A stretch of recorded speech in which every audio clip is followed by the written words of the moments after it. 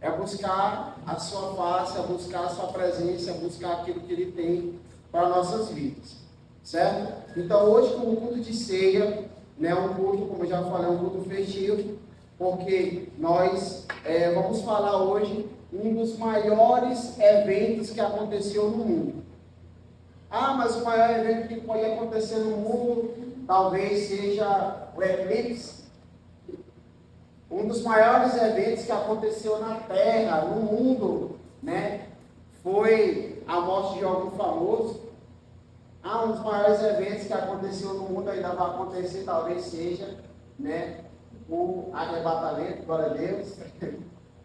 Mas um dos maiores eventos que aconteceu e até hoje não tem nenhum maior do que esse, que teve uma das maiores popularidades ao ponto de todos aqueles que nem estavam lá ainda hoje estão replicando. Já viu isso acontecer?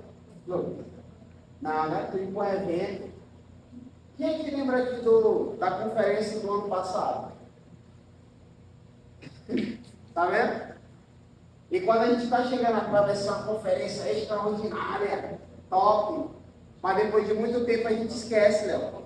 Mas um dos maiores eventos que aconteceu, um dos maiores eventos que aconteceu foi a crucificação. Um dos maiores. A morte de Cristo. A entrega daquele homem chamado Jesus Cristo naquela cruz por nós. E ainda hoje nós fala dele, porque é um evento que não tem como esquecer. E aí você pergunta, mas o que é o culto de ceia? O culto de ceia é a gente estar trazendo a luz àquele grande dia. Aquele grande dia, ao grande dia que Jesus se entregou na cruz por cada um de nós. Sabe que você está aqui? Porque Jesus se entregou por você. Nós estávamos condenados, inteiramente condenados à morte, mas Jesus nos resgatou através do seu sangue. E hoje nós temos vida. E hoje nós podemos adorar, nós podemos aqui estar dentro de uma igreja como essa. Graças a Deus não fazemos parte da janela 10/40, né? Ninguém vai chegar aqui metralhando ninguém. Né? Temos essa liberdade aqui no Brasil de adorar e engrandecer o nome do Senhor. Amém? Peço que os irmãos abram nossas Bíblias em João, capítulo 13.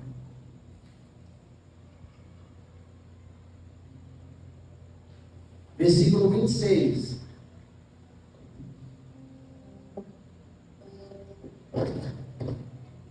Quem não tem, olha aqui pro telão. Quem que tem?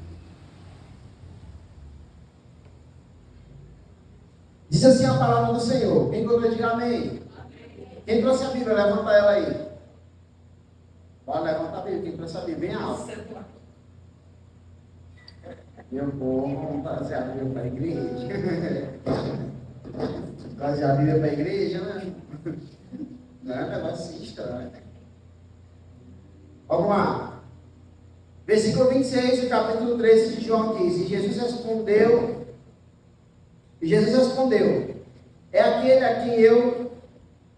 que eu der um bocado molhado, e molhando o bocado, deu a Judas Iscariotes, filho de Simão, e pôs um bocado, e entrou nele Satanás, e disse, pois Jesus, o que fazer, vai e faça depressa. Amém? É estranho, né? Ler só isso aqui, meio da metade.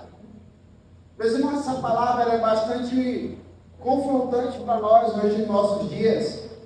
Eu tenho falado isso, os irmãos que têm participado da sala de oração, eu tenho falado muito disso, e Deus tem comunicado algo.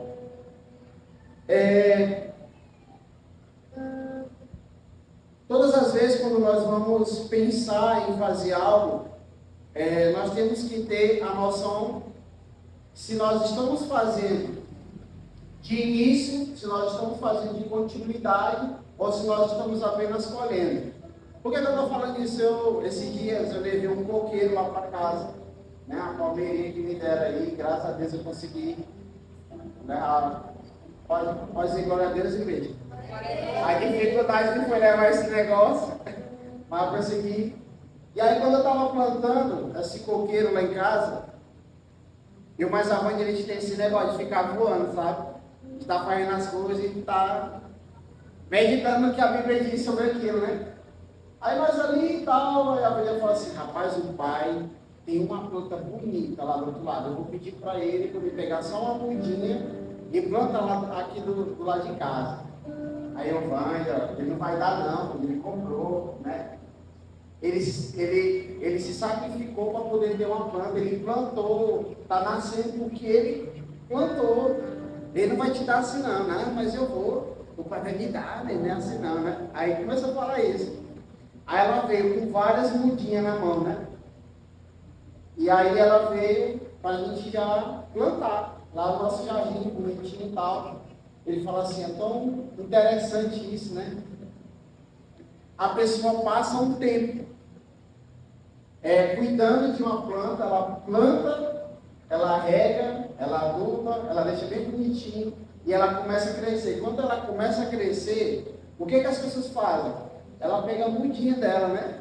Vou pegar aqui, vou plantar lá, já está viva mesmo, né? Já está ali bacaninha dele. A gente começou a refletir sobre isso. Falou, interessante mesmo, né? Então hoje, a gente começou a pensar nisso, né? Falou, é verdade, meu. Hoje é muito mais fácil a gente pegar uma coisa que já está pronta, já está viva e já está cuidada e trazer para nós. A gente não quer mais pegar um tempo, né? De pegar uma semente. Alguém que já plantou uma semente, você sabe como demora, como é fadigante. Eu me lembro quando a gente estava morando lá no sítio, ali no interior, a gente plantou várias sementes. Todos os dias a gente ia lá para ver se essa semente tinha brotado. Eu sei que nasceu mata, a gente não viu nada nascendo. Aí a gente teve que pedir a ajuda dos especialistas, né? Foi minha mãe, depois foi a dona Raimundinha, depois foi o seu Carlos, né? Que ajudou a gente lá. Mas por que eu estou começando isso? Porque, falando dessa forma, porque a gente tem perdido tempo com coisas banais, sabe? Nós temos perdido tempo com coisas que não era para a gente perder. E temos esquecido de investir tempo em plantar algo. Jesus, ele investiu o seu tempo para implantar nas pessoas o amor do Pai. Estávamos no mundo desgarrado, estávamos no mundo sem saber para onde ir, sem saber o que fazer, mas aí Jesus veio, apresentou para nós a solução, apresentou para nós o plano e como vivemos. Mas muitas das vezes a gente faz o quê? Confunde tudo.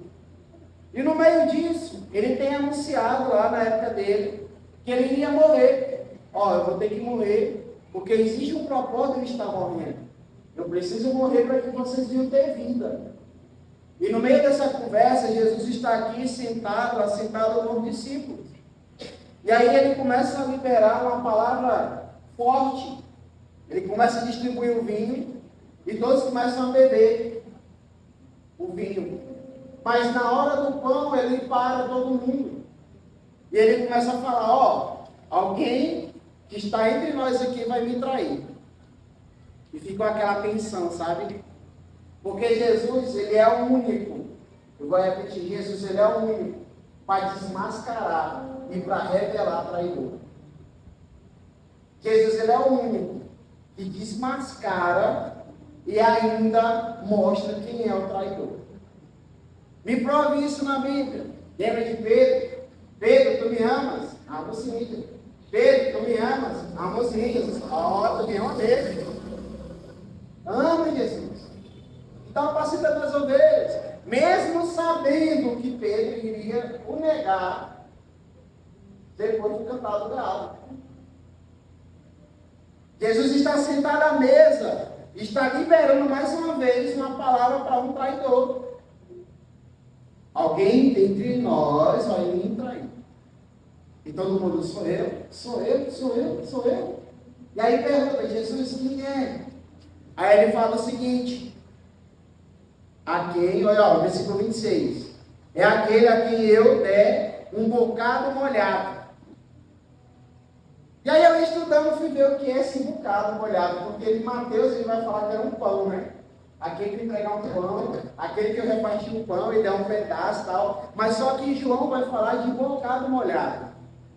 E quando eu fui pesquisar o bocado molhado, era para, ou melhor, um bocado era para uma pessoa mais importante que estava sentado na mesa.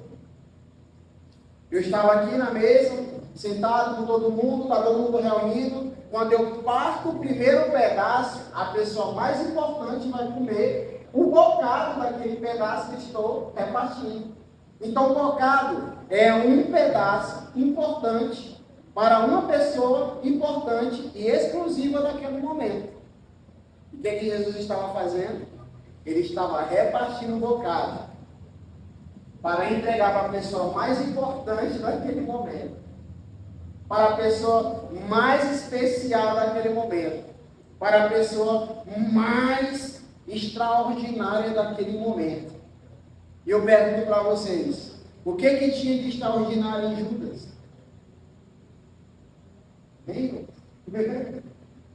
Por que ele quis repartir a melhor parte? A primeira parte para uma pessoa especial, sendo que Judas era aquele que iria o trair.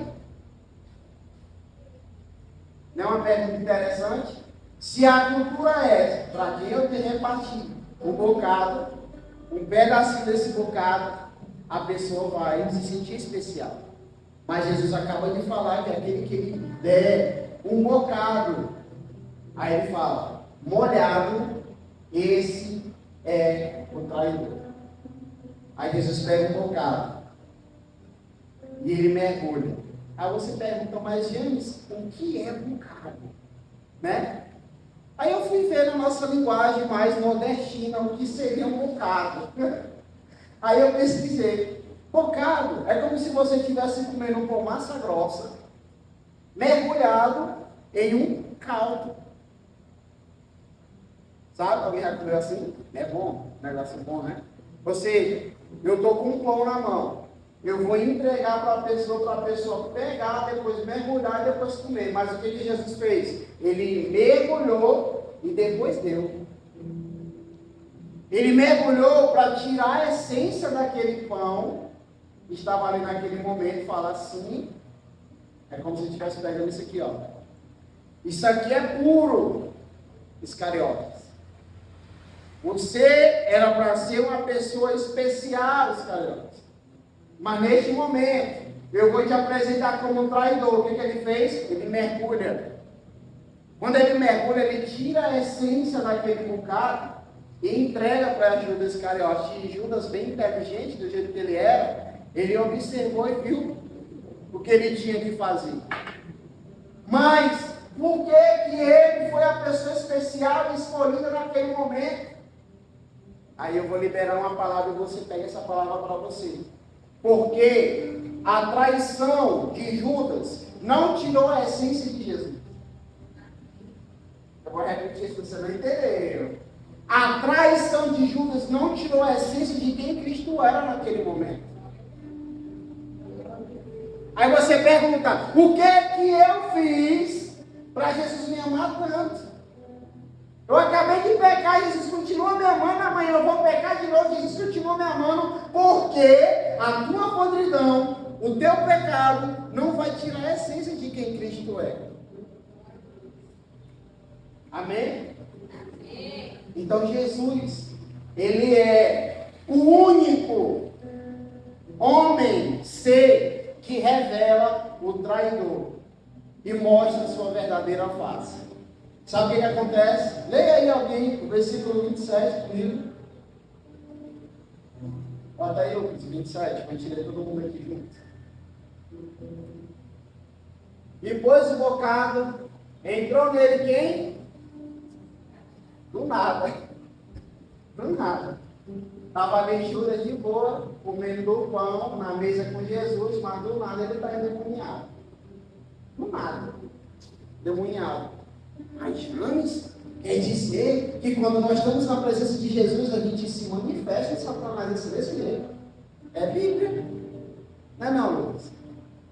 O cara estava acabando de comer pão e tomando vinho com Jesus. Mas quem foi que entrou dentro dele? Homem bom, né? Ô, rapaz. E disse, pois Jesus, o que você tem para fazer, faça depressa. Corre. Lembra que eu falei que Jesus é especialista em mostrar a face da pessoa? É isso. Lembra daquela musiquinha que eu passei para vocês? Quem foi que escutou ela? Transparência, o nome dela. Diante de ti, tudo é diferente. Diante de ti, não posso negar. Diante de ti, tudo é transparente. Diante de ti, não posso mais errar. É desse jeito. Porque diante de Jesus não tem ninguém que esconda a sua face e diz: eu sou santo. Aqui você veste uma vocês estão sorrindo de mim, né? Estão sorrindo de mim. Eu vou ter que botar essa música, eu falo toda hora dela, né? Aí lá que eu botar, eu boto o play nela aqui. Então, assim, meus irmãos, a essência de quem Cristo é não vai fazer com que nós deixemos de ser amados por Ele. Judas vai trair Jesus com algumas moedinhas. Ele fala: ó, não tem para fazer, tu faz logo. Aí um dia eu estava conversando com o presbitério e algumas pessoas também na mesa, e eu falei: quem foi o melhor amigo de Jesus?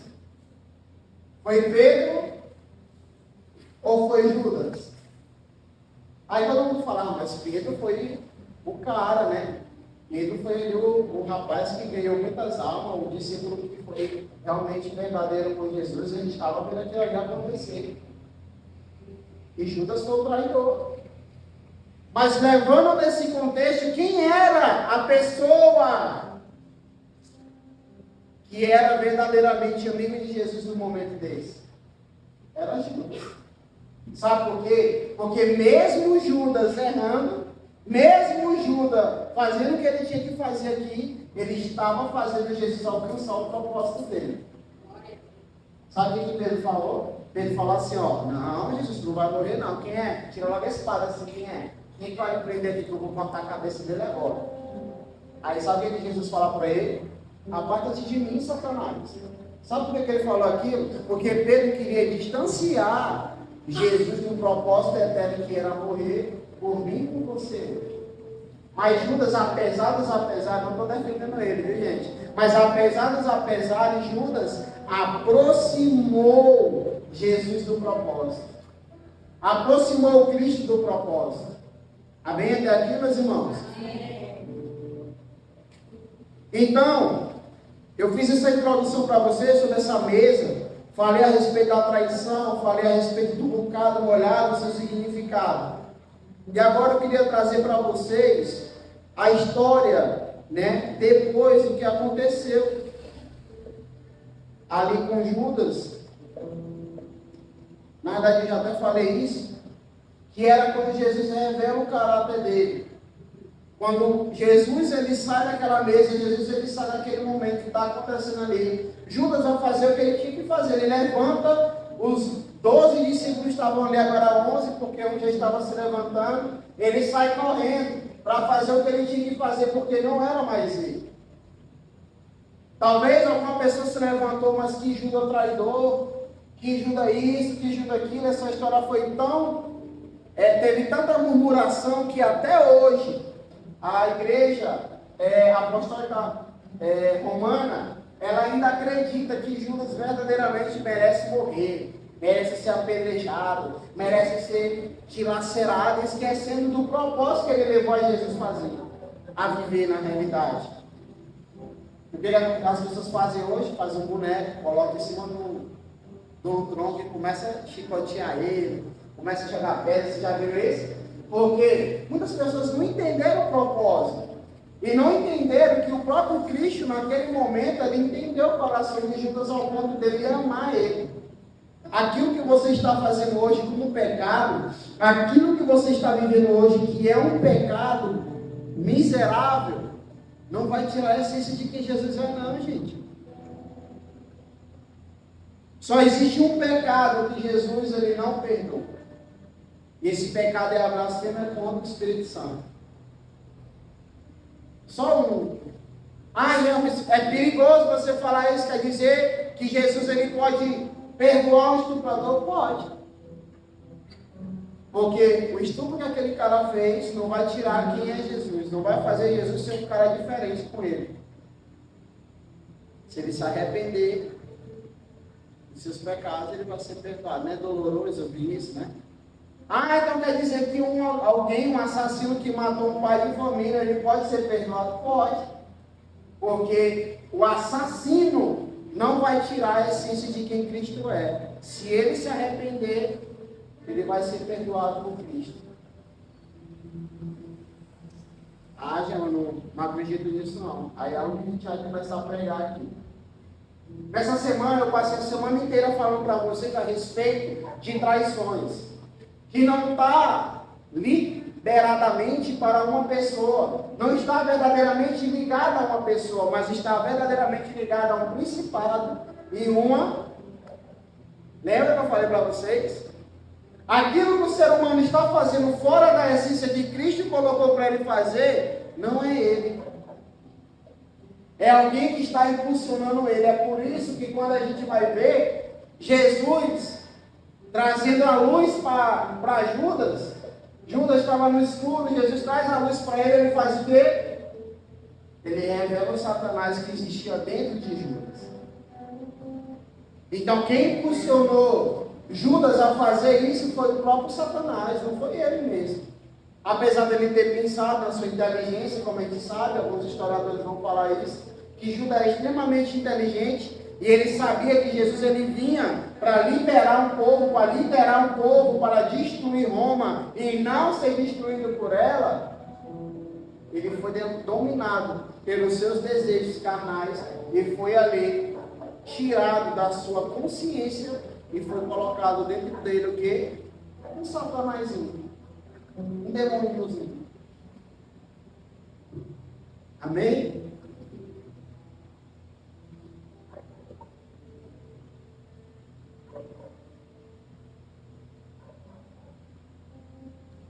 Então, para quase chegar no final dessa palavra, eu queria compartilhar com vocês a respeito de duas armas poderosíssimas para a gente destruir um principado e uma potestade.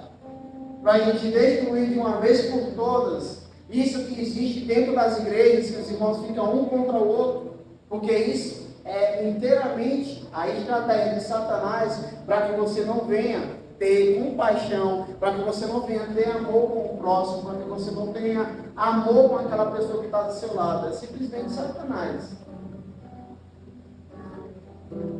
Todo mundo aqui, se eu for perguntar, quem já foi traído aqui? De alguma forma? Parece levantar a mão, né? Quem já foi traído aqui pelo seu amigo?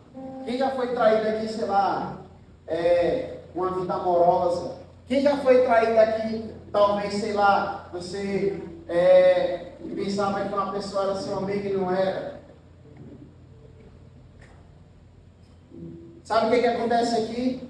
Judas, ele era uma pessoa que estava junto com Jesus. Sabe como é que identifica um traidor quando é um principado e uma potestade?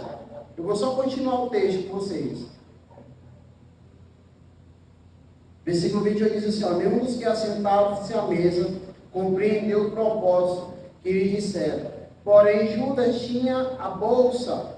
Pensavam alguns que Jesus lhe tinha dito, compra o que é necessário para a festa, e que disse essas coisas, que desse alguma coisa para os pobres. E tendo Judas tomado um bocado e saiu, e era noite. Tendo ele, pois, saído, agora é glorificado o Filho do Homem, e é glorificado nele. Se Deus é glorificado nele, também Deus glorificará a si mesmo, e logo o glorificará. Filhinhos, ainda por um pouco estou convosco. Vós me buscareis, mas, como eu tenho dito aos judeus, para onde eu vou, não podereis ir. E eu vos tenho dito também agora, um novo mandamento, que vos... O que ele vai falar aí, gente? Do nada. Depois de uma traição dessa, depois de uma revelação tão tremenda dessa, aí Jesus libera um novo mandamento. ao mandamento. O novo mandamento é esse, que vos ameis uns aos outros, como eu vos amei a vós, e também uns aos outros vos. Depois de uma traição, você amou? Eu não, Deus me livre. Né? Depois de uma traição, você perdoou? Porque o novo mandamento que Jesus vai entregar é depois de uma traição. É depois de uma grande revelação. Do nada, ele solta essa, né? Se fosse perdoar, a gente ia falar esse novo linguajar. Né? Do nada, Jesus libera um negócio desse. Pode ser não. Né? Então, o que Jesus fez? Ele pegou e liberou já um novo mandamento para todos que estavam ali. Sabe como era Judas? Judas, ele sentava onde Jesus sentava, ele falava conforme Jesus falava, ele caminhava conforme Jesus caminhava, ele transmitia a palavra conforme Jesus tinha transmitido. Judas, expulsa o demônio. Judas, ora para o enfermo, eles são curados. Judas, ele prega e pessoas são salvas. Judas era uma pessoa que estava inteiramente ligada a Jesus. Como é que um homem como esse traz Jesus? A traição, muitas das vezes, nós esperamos de fora. Mas às vezes a traição está bem do nosso lado. Não porque aquela pessoa é uma pessoa má, mas é porque foi implantado pelo próprio Satanás um principado, uma potestade para destruir isso que vocês estão vivendo hoje. Vigia a igreja. Vigia a igreja. Quando nós fazemos essa mesa de comunhão, quando eu falo que é para a gente compartilhar o coração, é para compartilhar, irmão. Se você tem algo contra um irmão, você chega para ele, irmão, vamos conversar aqui. Aí você conversa, você chora, você abraça. Ah, mas se o irmão não perdoa, irmão, chame mais uma pessoa. Né? Chama mais uma pessoa, irmão, é o seguinte, estava pedindo perdão aqui para o irmão, mas o irmão não queria me perdoar. Estou lhe trazendo aqui como um testemunho, que eu pedi perdão para ele, ele não me perdoou. Né? A Bíblia manda isso, gente. É isso. Aí depois o que vai fazer? Você vai só, amém. Assim seja a vontade do Senhor, deixa o irmão tomar seu refrigerantezinho, tomar seu cafezinho e cuidar do coração para que ele não venha ficar lodói. Né? Amém? Então, Judas andava do ladinho de Jesus. E Judas foi o que traiu Jesus. Pedro, ele era idêntico a Jesus, ao ponto daqueles soldados olhar para ele e falar assim, isso daí é um deles. Ei, isso daí é um deles, ó. Se veste como ele, anda como ele, fala como ele. É um deles sim. Aí Pedro, eu? Não, nem conheço. Nunca nem vi. Olha aí, tu acabou de sair da igreja, casa de oração. Aí tu vai lá para tua casa, aí está acontecendo uma bagaceira lá na tua rua, o pessoal dançando, forró, bebedeira, cachaça e tal. Aí a pessoa vai chegar lá e você fala assim, irmão, mas tu não é crente? Não, não sou crente não. Ô irmão, peguei pesar com alguém aí, desculpa, viu? Não acontece. Aí você está na igreja, glória a Deus, aleluia, o Espírito Santo, né? Aquela coisa toda, aí chega em casa, a primeira palavra errada que você escuta, o primeiro não, você fala assim, vai para aquele lugar. A primeira palavra negativa que você escuta, você já começa a ficar contra todo mundo. Aí a pessoa que não é crente, porque existe muito disso, né? Ei, mas tu não é crente? Lá na loja do Lucas deve ter ouvido muito isso aí, né? Ele tem um funcionário dele lá, pastor, rapaz, ele fala assim com ele. Ele chega brincando lá com ele, pastor. Ele nunca mais vê, né? Com o tom de homem. Bem assim. E aí ele pegou e perdoou Jesus. Ou melhor, Jesus perdoou Jesus. Perdoou. Mas já pensou, onde é que tu quer chegar, pastor? Onde é que você quer chegar? Fale logo. Eu quero chegar que esse sacrifício que ele fez e essa simbologia que nós vamos fazer hoje, meu irmão, é para demonstrar que Ele ainda continua perdoando. Ele ainda continua purificando, porque o seu sangue purifica o homem de todo o pecado. O seu corpo simbolizado, rasgado naquela cruz, vai mostrar para você que você é pecador, sim. Mas o seu pecado não vai tirar a essência do sacrifício que Cristo fez por você. Qual pecado você tem vivido? Em qual mundo você tem vivido? Você tem honrado Ele ou você tem traído Jesus? Aí eu vou gritar de forte para pensar que eu vou falar para ninguém. Eu falo assim, ó: traidor! Ô traidor! Hoje é dia de se reconciliar com Jesus, traidor. Talvez tu tenha traído em alguns lugares que não era para ir, talvez tenha falado que não era para falar. Hoje à noite, traidor. Eu sou um traidor. Alguém mais é traidor de Jesus? Eu, muitas das vezes, tenho negligenciado a sua palavra no momento que era para me falar dele. Aí tem duas coisas que nos tiram desse lugar. Duas coisas que nós temos vivido durante esse dia. Duas coisas que faz você ficar distante de principados e potestades na tua vida e você deixar de ser um traidor. A primeira, ou melhor, três coisas, desculpa. Três coisas. A primeira é aceitar Jesus como seu único e suficiente Salvador. A segunda é profetizar. Eu profetizo que amanhã será um dia melhor. Eu profetizo que amanhã eu irei falar mais de Jesus. Eu profetizo que amanhã será um dia onde Jesus vai preencher esse barulho multiverso da palavra, do poder da sua autoridade. E a terceira é orar. A oração, a fala, a conversa te aproxima de Jesus e vai tirar você de um lugar chamado de traição. Eu pergunto, a igreja em casa de oração, ela tem traído Jesus? Não precisa responder não, hein? Mas não é pesado isso, ouvir isso? Porque nós temos orado, nós temos profetizado, nós temos reconhecido Ele como o único e suficiente Salvador da nossa vida. Ou quando chega em ambiente, a gente começa, não, vou ficar caladinho aqui. Ficar caladinho na minha, preciso falar que eu sou crente aqui, porque senão eu vou achar que eu sou chato. Mas não é.